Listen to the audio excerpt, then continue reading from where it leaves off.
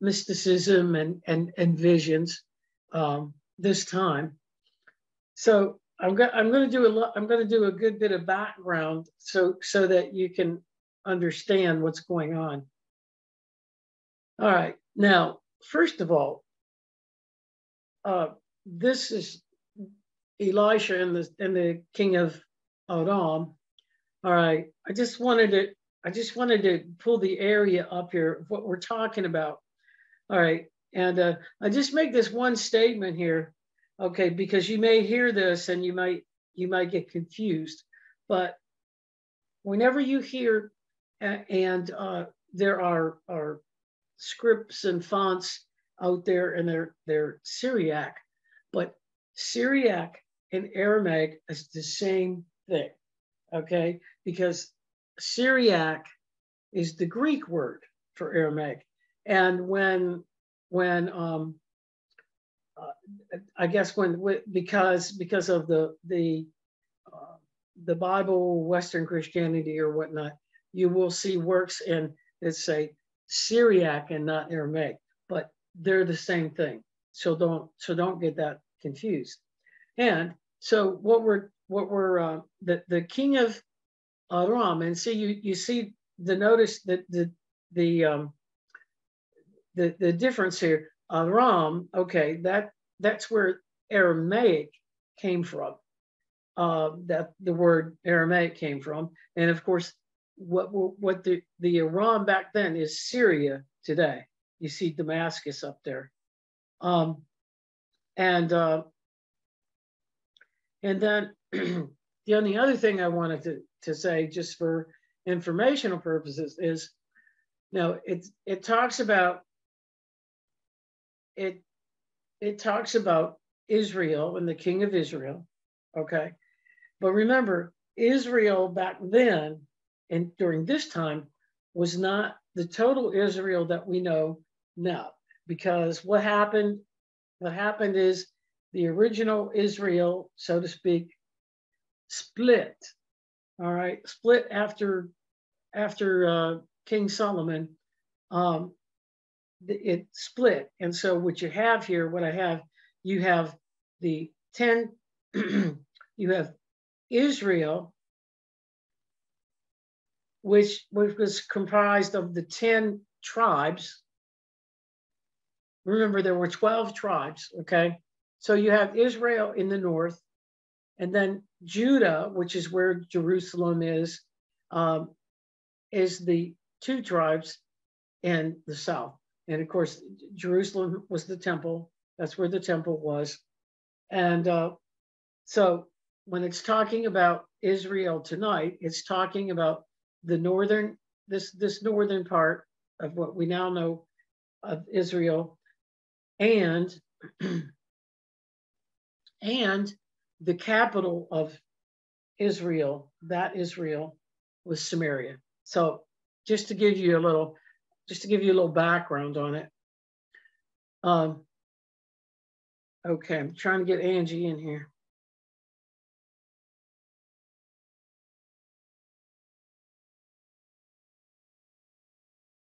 Okay, good. Okay, so that kind of sets the stage for the story. But the other thing, okay, Elisha. Now, Elisha was a prophet.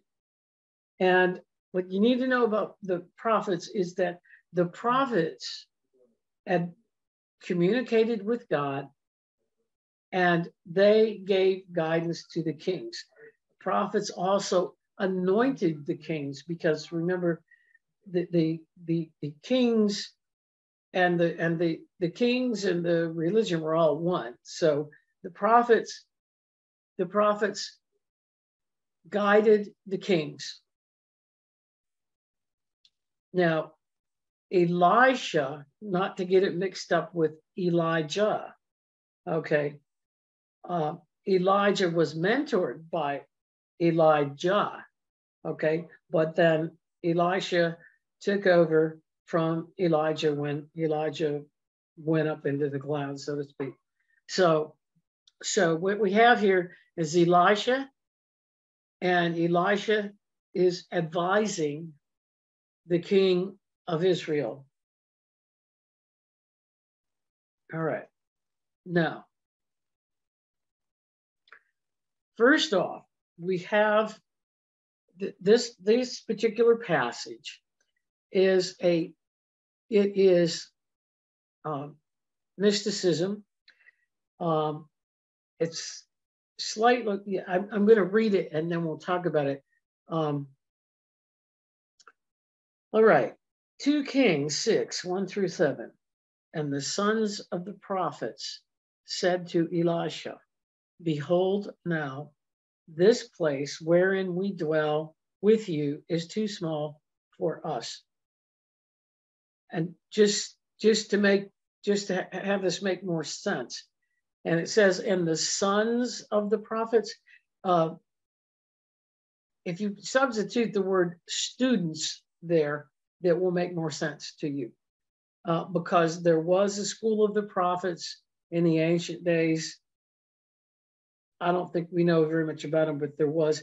And so this was the school of the prophets, and his students said to Elijah, we need more room. All right. Let us go to the Jordan and cut from there every man a beam, and let us make a place for us to dwell there. And he said, go. And one of them answered and said, if you please, go with your servants. And he answered, I will go. So he went with them. And when they came to the Jordan, they cut down trees. But as one of them was felling a beam, the axe head fell into the water. And he cried and said, I beseech you, my Lord, it was borrowed by your servants. And the prophet of God said to him, where did it fall? And he showed him the place. And he cut off a stick and thrust it in there. And it stuck in the hole of the axe head. And he said, take it up to you. And he put out his hand and took it. Now, Dr. Errico, in his book, Let There Be Light, okay, he calls this mundane mysticism, only in that it's an intuitive. He says it's like an intuitive. Well, it's intuitive, okay, and it's very much like our psychics today, not necessarily from God, although in this case, Elijah being a prophet of God, that's the case. Now I'm going to read to you, because these mysticism and psychic stuff are a little hard to talk about. But so what happened is that the prophet was divinely guided to direct the man to recover the axe head. This is why he asked him to cut off a branch from the tree and push it into the water of Jordan where the axe head had fallen. The miracle is that the prophet, through God's guidance, knew where the axe head had fallen and where to place the branch in the water so that they could recover it. There was no power in the wood to cause the axe head to swim, but there was power in God's guidance, which is the most powerful thing in the world. Pretty cool, huh? Okay, so that's the first part there. And now we go to the actual, we go to the story. And of course, this story is, it's one of the ones that most people say the Old Testament, oh, all it is war and bloodshed and all this kind of stuff. Well, they just don't read between the lines, which is what we're going to do here. And Elijah was very famous for miracles and healings. And he had that divine connection, so to speak. Okay, Then the king of Aram warred against Israel and took counsel with his servants, saying, in such and such a place shall we lie in wait. And the prophet of God sent to the king of Israel, saying, beware that you do not pass this place, for the Arameans are lying in wait. And the king of Israel sent to the place of which the prophet of God told him and warned him about it, not once nor twice. Okay, so what's going on here? Elisha is we'll call him a psychic, okay? Because that's what we knew it. And he knew where the king of Aram was, where the king of Aram was going to be. And so he just said, okay, king of Israel, don't go that way or you'll get ambushed. Very, very simply. He knew it because of his guidance. And that is how he advised Israel to avoid the attack or the ambush by the Arameans. And this happened several times. So therefore, the heart of the king of Aram was sore troubled because of this thing.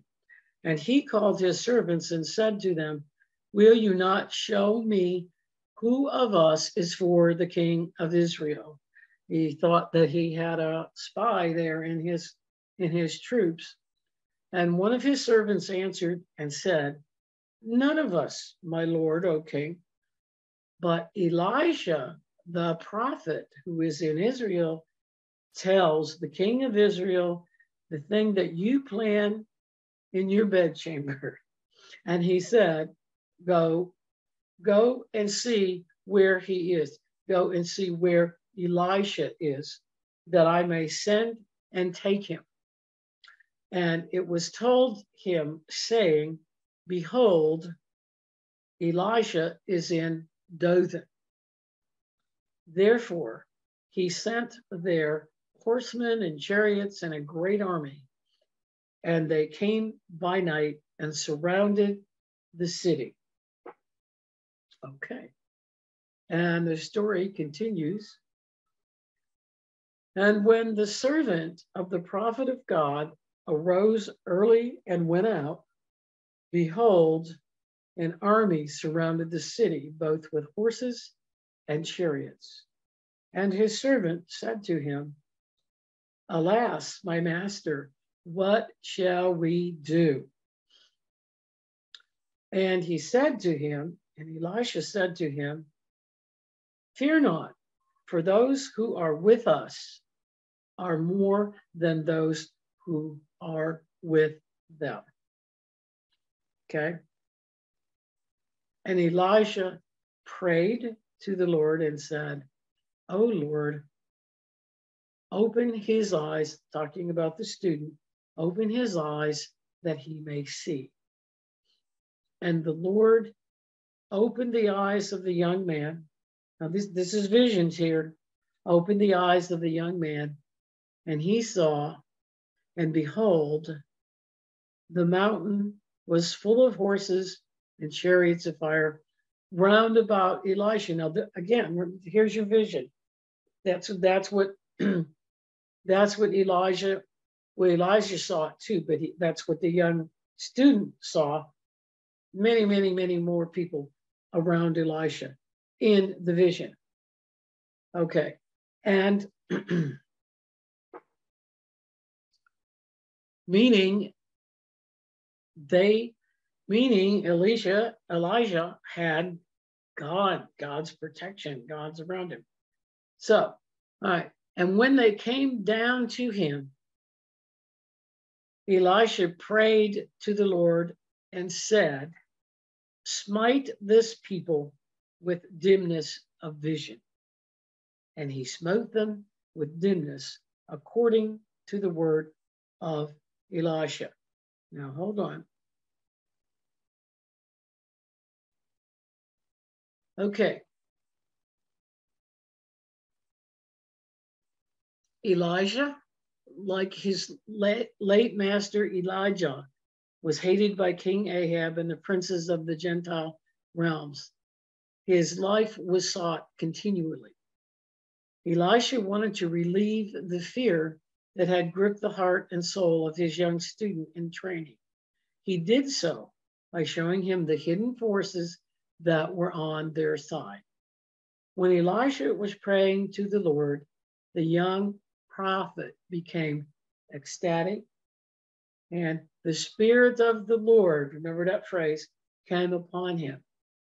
The young man's inner eyes opened, and he saw that his master was not alone, but that they were surrounded by horses and chariots of fire. No one could do them any harm. Now the young prophet perceived that Elisha, without arms, soldiers, and material things, was the strongest man in Israel, because God and the forces of nature were with him. Human sight and protection cannot be compared with God's spiritual and hidden powers. These are great statements. Dr. Lumsa and Dr. Erico do these statements. Some of them are Dr. Lumsa's, and then some of them expanded by Dr. Erico. Okay. Now, what about, they said he made them blind. Well, he didn't make them blind, okay? But blindness in this instance means blindness of the mind and not of the eyes. What he did, he was, and you'll see in this next one, verses, he confused them, okay? And so the eyes of these Syrians were open and clear physically, but their vision was obscured and their minds confused. Elijah was able to mislead the group of soldiers who came to take him captive. They were blind to the master prophet who was about to lead them into Samaria and captivity. All right, now let's get these next verses. All right. So, and Elijah said to them, said to the King of Aram army people, this is not the way, neither is this the city. Follow me, and I will bring you to the man whom you seek. But he led them to Samaria. Okay, see, the Arameans, the king of Aram, they had no idea who Eli. I mean, they knew who he was, had no idea what he looked like, and so that's what they mean when he said he smote their vision. They didn't know what Elijah looked like, and they were gung-ho. They were going to get Elijah, and Elijah just said, oh, well, he's not here, I'm going to lead you to him. So again, that was his guidance, and that was his protection from God.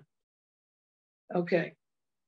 And when they were come into Samaria, Elisha said, O Lord, open the eyes of these men that they may see. And the Lord opened their eyes, and they saw. And behold, they were in the midst of Samaria. Now, Samaria was the capital of Israel, and that's where the king of Israel was. And Elisha just led them like lambs, just led them right there to Samaria. And the king of Israel said to Elisha when he saw them, my father, shall I slay them? Shall I slay them?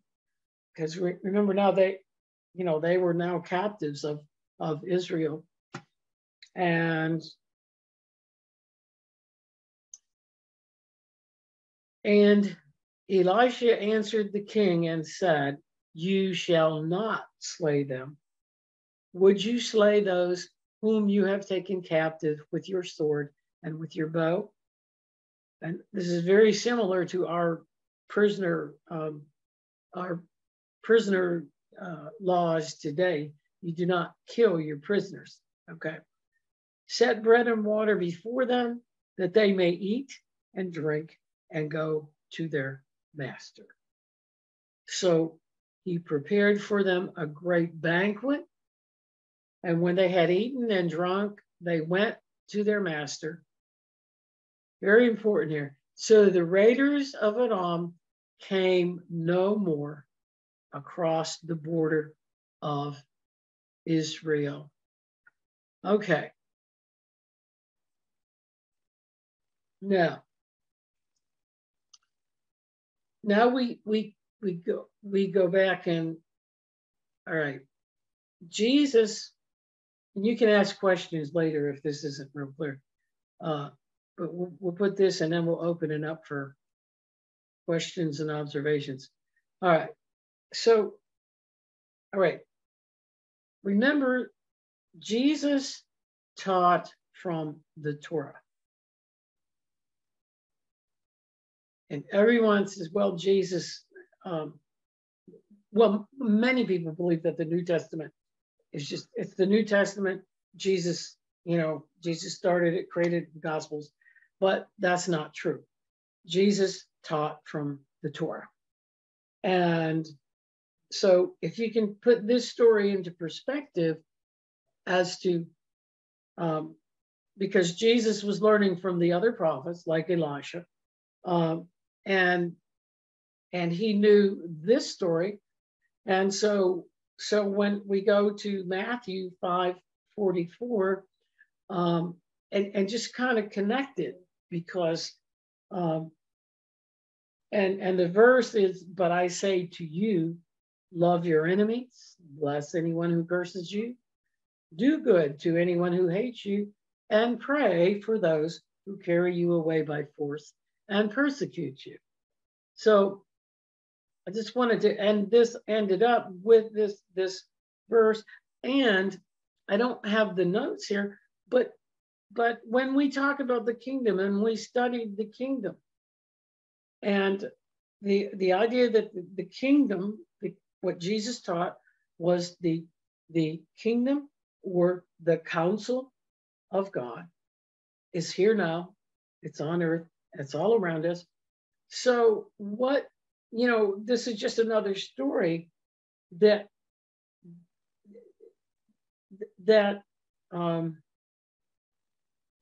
backs up. I hate to use that word, but that just backs up what he was teaching back here in the Old Testament. It is what really was being taught. But again, Jesus came, when Jesus came around, remember, he said it wasn't just prophets that could do this, and it wasn't just, Jesus. No, it was everyone, because everyone is a child of God. And so I just like to bring that thing about God's guidance in, because it's so that kind of and you notice the protection that that Elisha had there with all those armies, and it's all, and I know when I was young, I probably could just blow this aside, but it's always, God will help you. God's, and so perfect example from the Old Testament and linked to what Jesus taught in the New Testament. So, all right, now, and just thank you all for your contributions. And let's open this up. If you got any questions, this is very hard to understand unless you've hung around spiritualists a lot to know what psychic, and stuff is, but let's do this.